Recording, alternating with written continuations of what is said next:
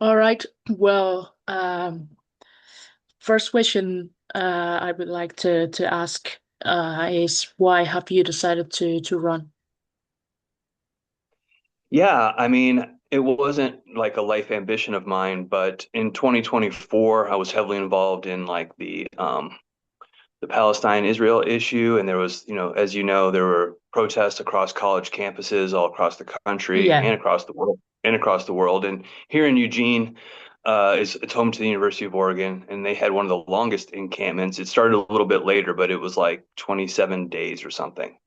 yeah, And then we were trying to pressure the university to divest from the genocide in Gaza. And then when that sort of was wrapping up, I was continuing to see what I could do to stop the shipment of arms that were being yeah. shipped in our name as citizens, right?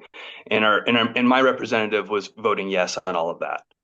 So we were looking for someone to run to challenge her, and it just ended up being me. So that was 2024, and I learned a lot through that experience. And so Yeah. she did win re-election that year, and so we're running again in 2026. All right, great. Hmm. Which are the priorities you wanna, the issues you want to prioritize? Sure.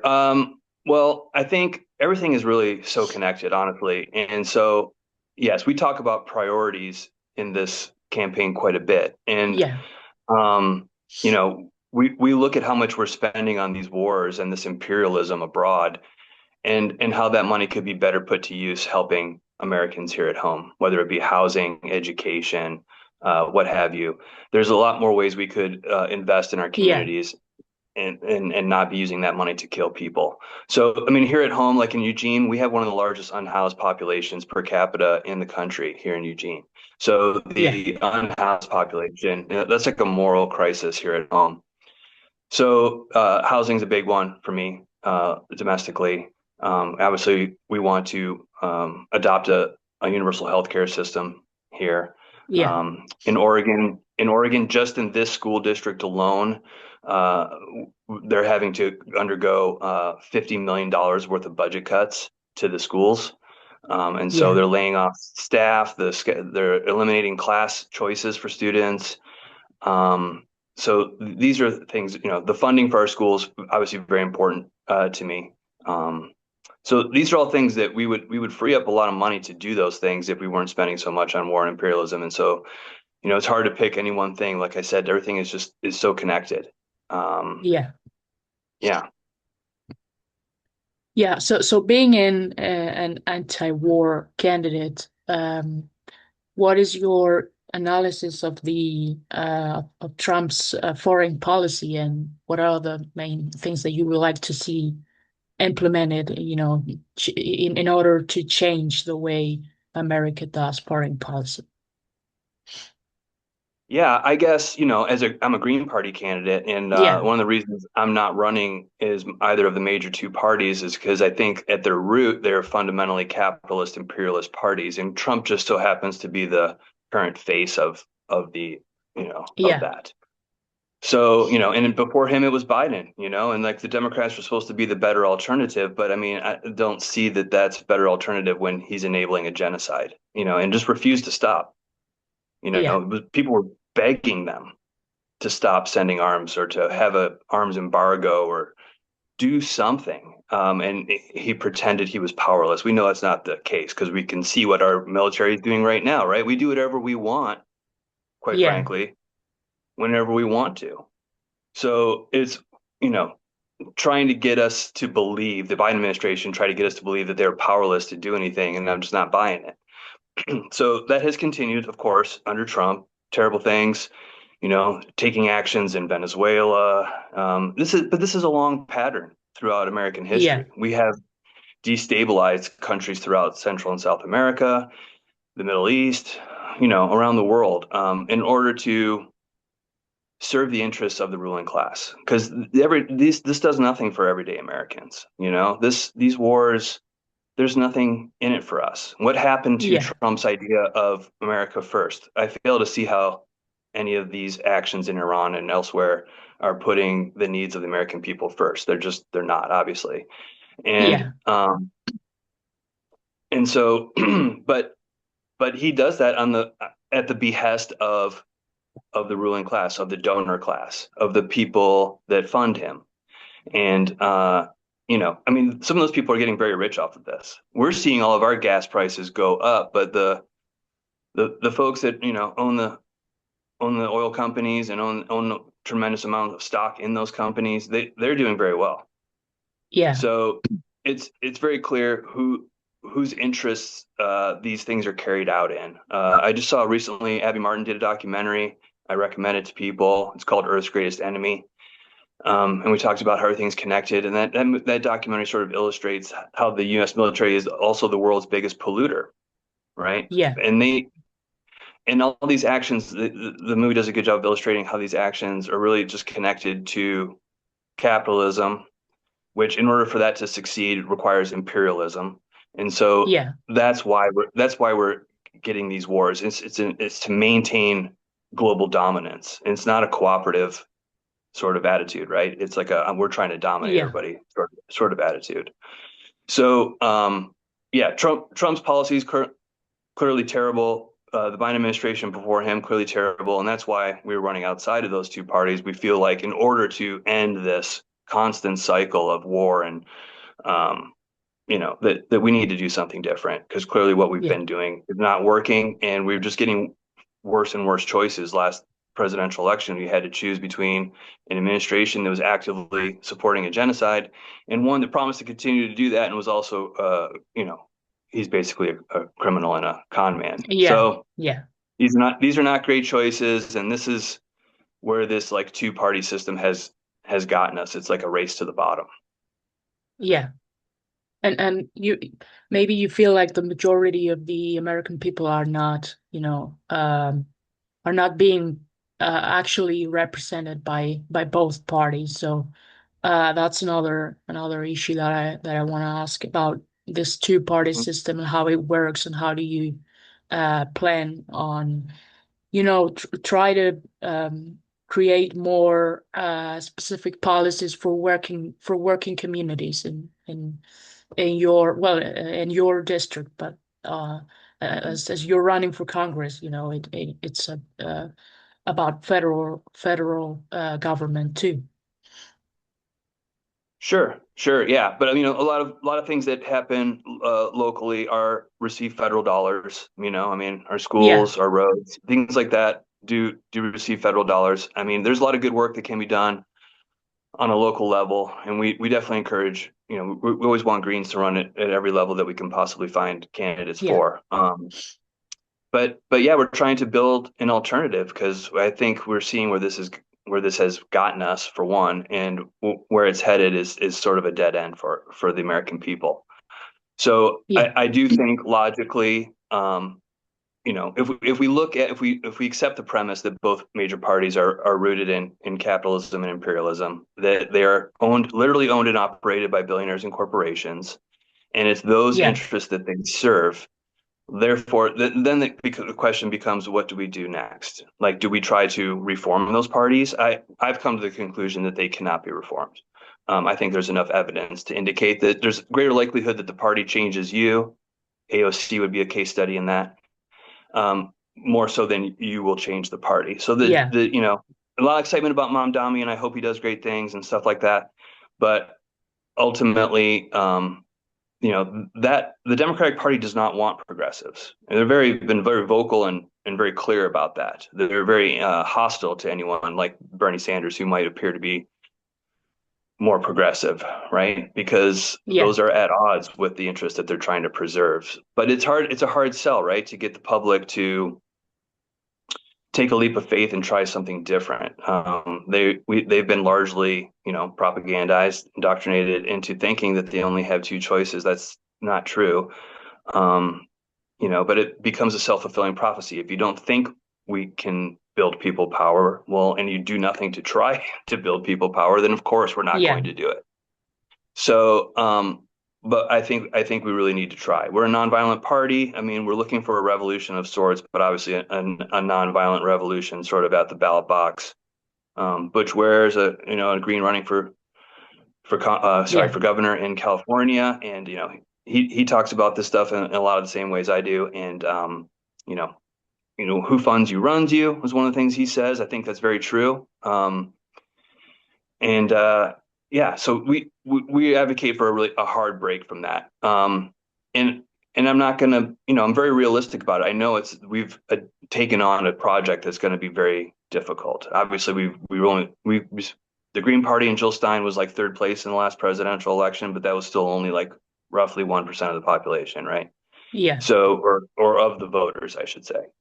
So, but we do know that 60 some percent of all voters that are polled want a third party. You know, people realize that these two parties are not getting the job done. It's just like, but getting them to make the break because they're so afraid of the other, right? Like if you vote Republican, you just have demonized the Democrats, and you like, I gotta vote Republican just because I can't let the Democrats in there. And the Democrats feel the exact same way, right? They're like, Yeah.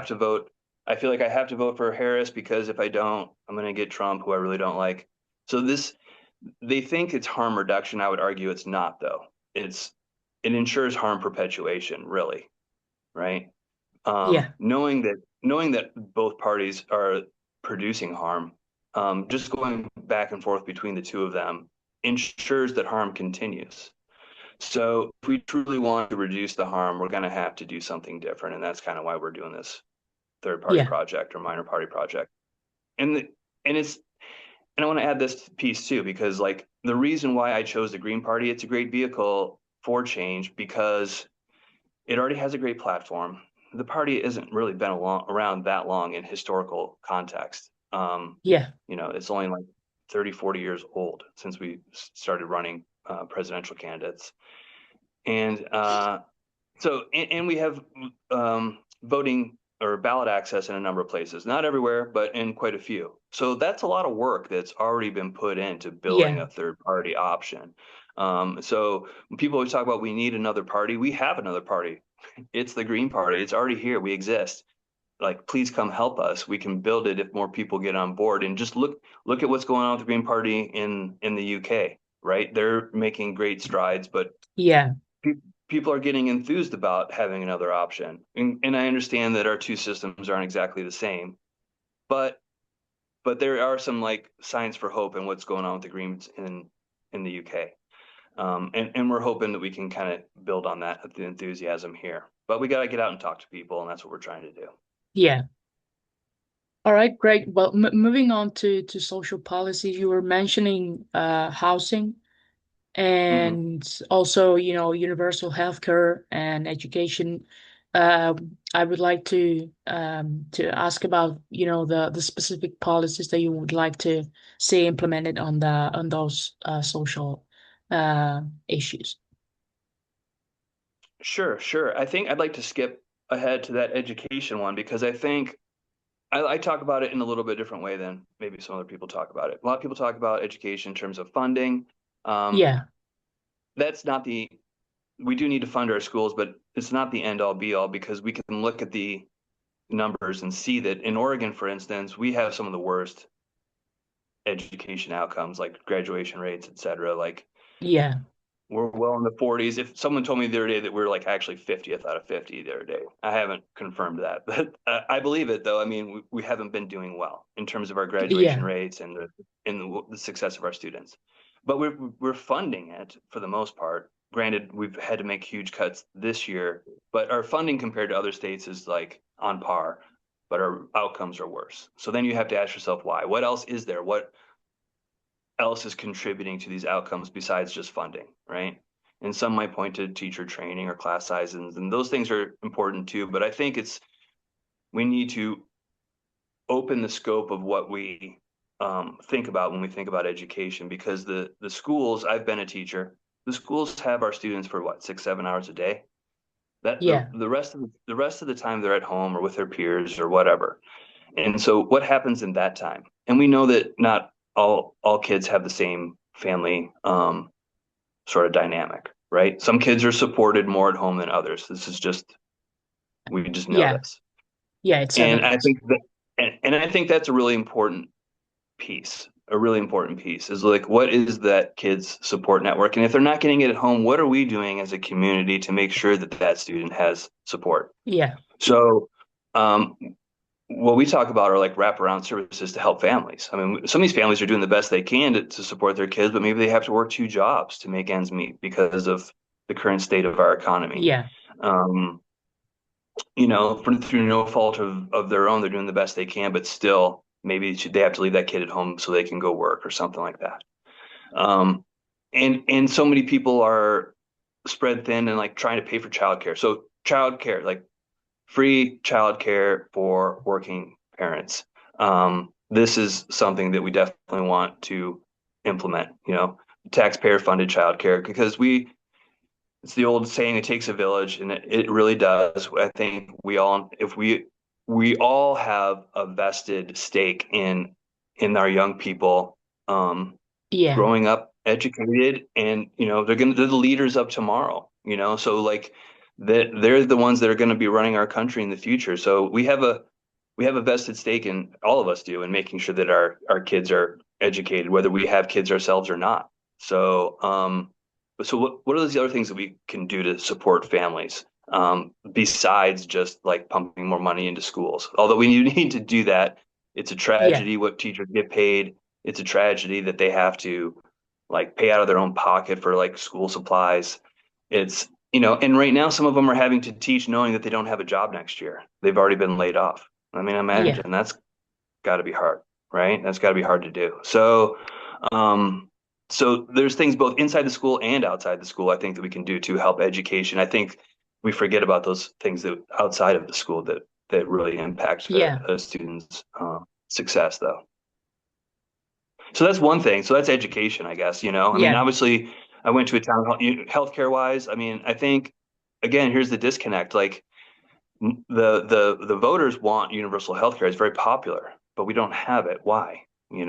Because you know there's the donor class, right? I mean, like these politicians have been bought by the insurance Yeah. industry, the pharmaceutical industry, and they don't they don't want to see these changes implemented.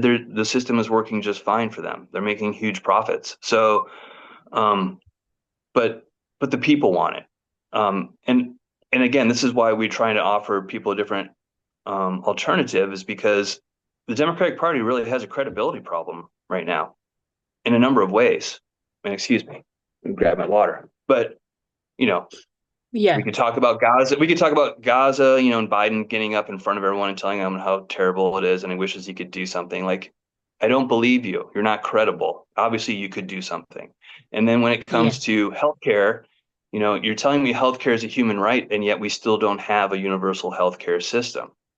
Yeah. And in the West Coast, the Democratic Party controls the governor. There's three states here, Washington, Oregon, California on the West Coast here. Yeah. They all have Democratic governors. They all have democratically controlled state legislatures. And yet we still don't have universal health care even on a statewide level. Yeah. And that's how it was. And that's how it got going in Canada, by the way. It was like Saskatchewan, the province of Saskatchewan adopted it first, and then it spread to the rest of the country. And so that's the folks here that are working on healthcare like that. That's what they're trying to do. Like, if we can get it implemented here in Oregon or implemented in Washington or California, the hope is that it would spread across the country and become a national program. But um, but there's really no excuse for us not to have it on the West Coast. There's really no excuse for these three democratically controlled states to get Yeah. together and create a system, but they haven't. And you have to ask yourself why, you know? Yeah. And the conclusion has to inevitably is just like, well, because they don't want to. There's just no real will to do it. They passed CalCare in California when a Republican was governor, Arnold Schwarzenegger, knowing that he would veto it. But now they have a Democratic governor, Gavin Newsom, and you haven't Yeah. seen any attempts. You haven't seen any attempts to resuscitate CalCare. Well, some people are trying, but it hasn't gone anywhere, right?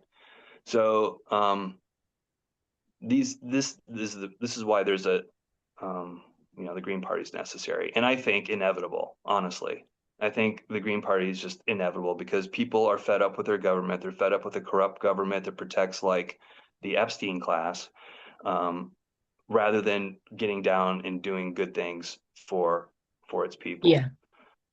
Um, and and people are realizing that the influence of money is toxic. No one likes that. No one, I don't think, whether I talk to a conservative, a liberal, a leftist, everyone's opposed to the corruptive influence of money in our government.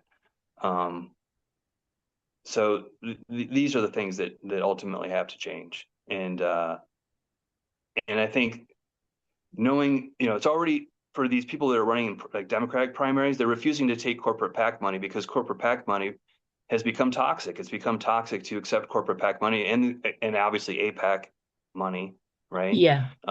The Israel lobby. So, and I think what's eventually coming is the corporate parties themselves are going to be toxic. Like people, it's just going to get to the point. Not only do we want not to be associated with candidates who take corporate PAC money, but we don't want to be associated with parties that run on corporate PAC money and that serve controlled and owned and operated by corporations and billionaires. So, and then when people finally figure that out, we're here. We're here for you. There's a home for you in the Yeah. Green Party. So those are just a couple of things. I mean, there's so Yeah. many, right? Yeah, Yeah. but There are so many issues right yeah. now. Yeah. Hmm. Well, But really they're all related. They're really all related to this. yeah, The reason why that's right. we don't have better things are at its root the same cause, which is, you know, the the money, Yeah. quite frankly. So yeah, we got to change that. Yeah, totally. I needed, well, I wanted to ask you about the civil liberties, civil rights, the problems with ICE. I don't know how it is in Oregon. Um I know about Minnesota and California, but I don't know in your state how it is. But I wanted to talk a bit about it. Sure, sure. I just had this conversation with a friend of mine yesterday about, and again, I'm talking about like Democrats, Republicans, because I do think systematically, like it's the system we need to change. The issues happen downstream from the system. Yeah, So no matter what the issue is, but in terms of ICE, again, I got to say, the Democratic Party has enabled the growth and expansion of ICE since its inception. And what was it, 2004? They created this yeah, agency. So this agency didn't always exist. We were able to handle immigration without the entity of of uh, of ICE, of Immigration and Customs Enforcement, as it exists today. Um, so they enabled the growth. The budget grew every year, no matter who was in charge.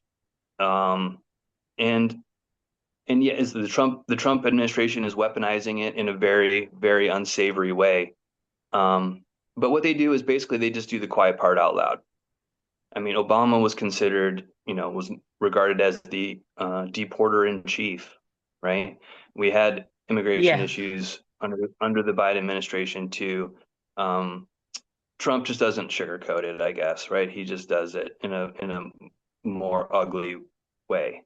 Um, we've seen a little bit of it here in Oregon. We definitely folks demonstrating. We had the federal building. There's potential that the federal building here in Eugene is going to be fenced off to prevent protesters and activists from being on the grounds. yeah, Um, Portland, there are constant presence at the ICE facility from protesters up there in Portland, Oregon. yeah, Fortunately, we haven't seen any protesters killed. One individual was hit by a car here in Eugene. I think they're okay. Um, but yeah, this is we need a humane immigration policy, and we need to not demonize our immigrant neighbors. Um, and right now, it's like, yeah, it's scapegoating. People are looking for a reason as to why their lives aren't better. And this is kind of like the Nazi playbook a little bit, right? I mean, I hate yeah, to draw those. I don't make those comparisons lightly, but when you try to scapegoat any particular group and put the fault of all society's ills on them. It's deflecting from who the real enemy is. Quite, let's say that. And let's just be clear. Like the real Yeah. enemy is the ruling class, is the corporate class. It's the people that are that are reeling in record profits while the rest of us struggle to pay our bills. This is the real enemy. The real enemy is not our immigrant neighbor who's just trying to make a better life for themselves.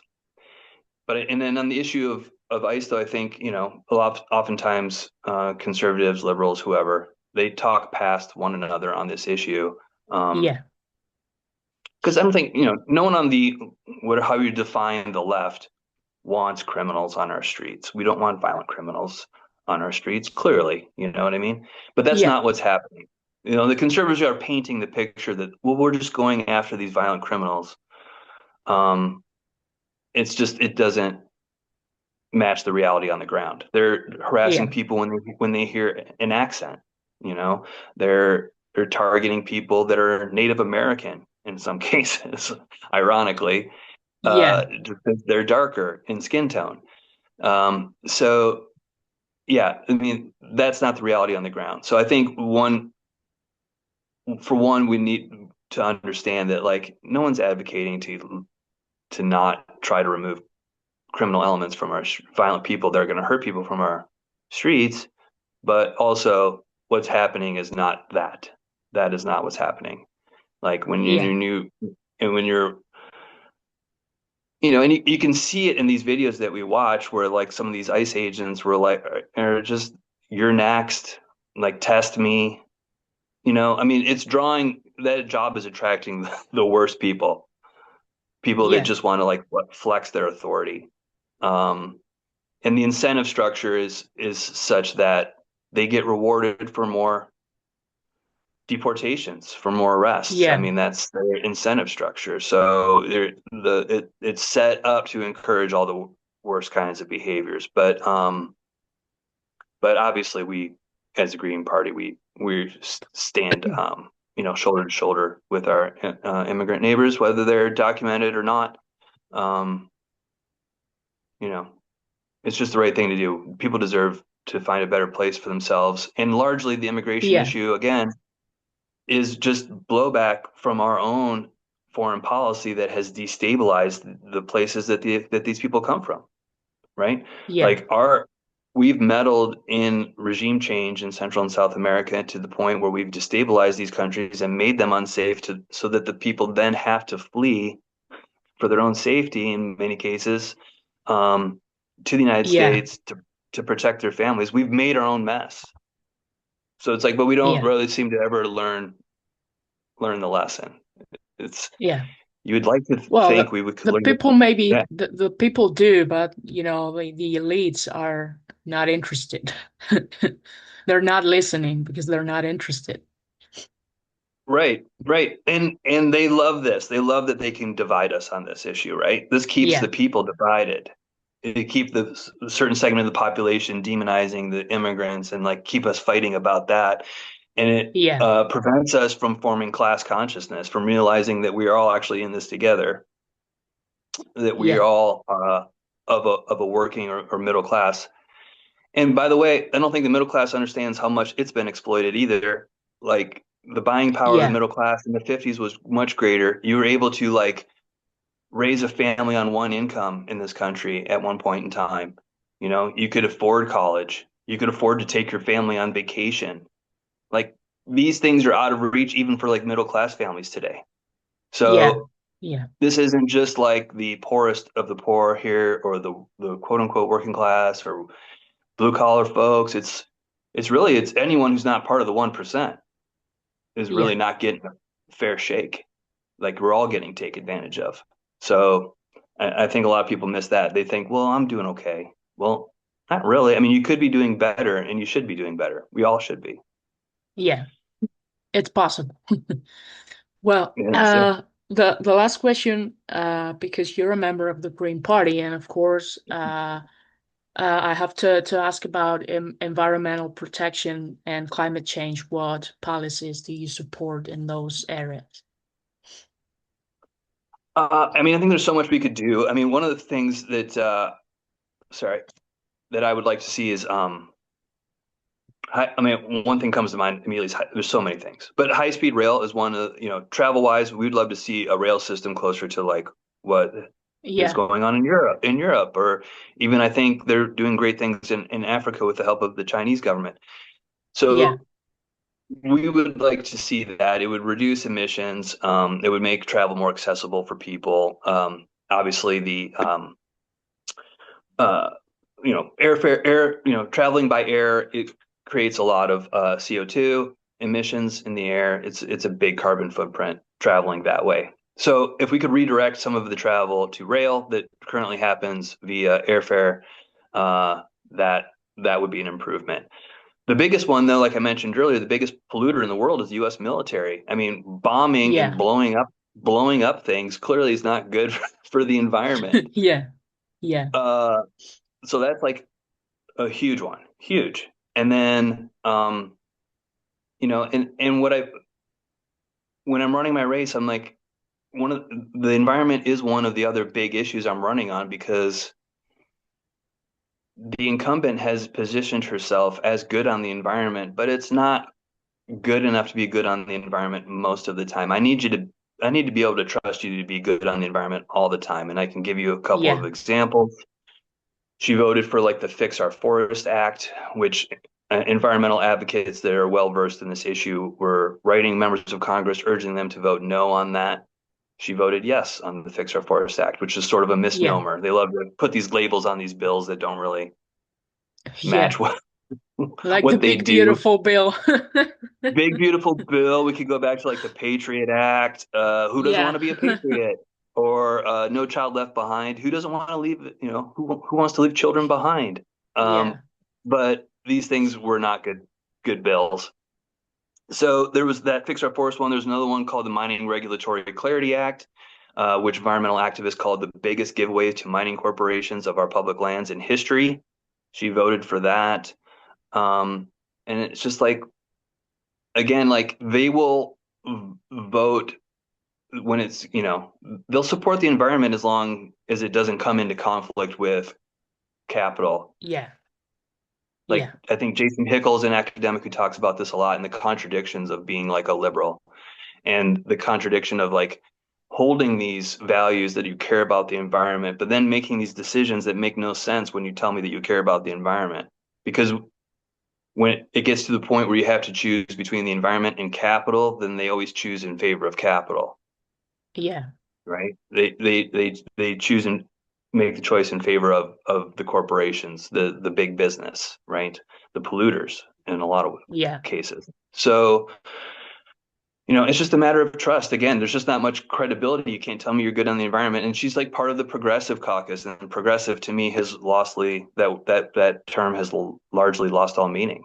You've got some people doing some very unprogressive things that are calling themselves progressives. So it's yeah, like a term that's been co-opted and sort of diluted and made almost meaningless, I would argue today. So those are a couple of big things. We need to protect our public lands. Once we give away our public lands, we're never getting them back. I mean, they're gone forever. So yeah, these are decisions that should not be made lightly. And we know Trump is obviously trying to take as much public land for his buddies as he can. Um, but we have to stop it because we have obligation to preserve this planet for future generations. That's like yeah, comes as a value of the native people here. It should be a value of everyone to protect this planet. Obviously, we've seen um, the effects of climate change. When I was in college in the late '90s, we learned about all this stuff, but have we really done anything to yeah, adequately address it? No, we don't really listen to the experts. Again, there's the disconnect. We know it needs to be done, but there's no political will to do it. yeah, It doesn't seem like. So, yeah, I guess I'm just tired of begging people in power to do the right thing, and that's one of the reasons why I'm running is because I'm just tired of having to beg you. I just want to put people in positions of power that I can trust to do the right thing. Um, and knowing that we're not hitched to any sort of like um, yeah, influence of money, I think frees us up to just do the right thing because that's our only consideration. We're not considering how it affects our donors. We don't care. Yeah. Well, great closure. Thank you very much. Yeah, thanks for inviting me on. I appreciate it. It's always, it's always good. Things like these independent media outlets like this are very important for independent candidates like me, for us to get our word out because we Yeah. don't always get the same kind of attention in the Yeah, I bigger know. media. I know. I know. Yeah. So I do appreciate it. Thank you. Thank you. Well, have a nice day. All right, you too. Take care. Nice to meet Take you. care. Nice to meet you too. All right, Bye. bye-bye. Bye.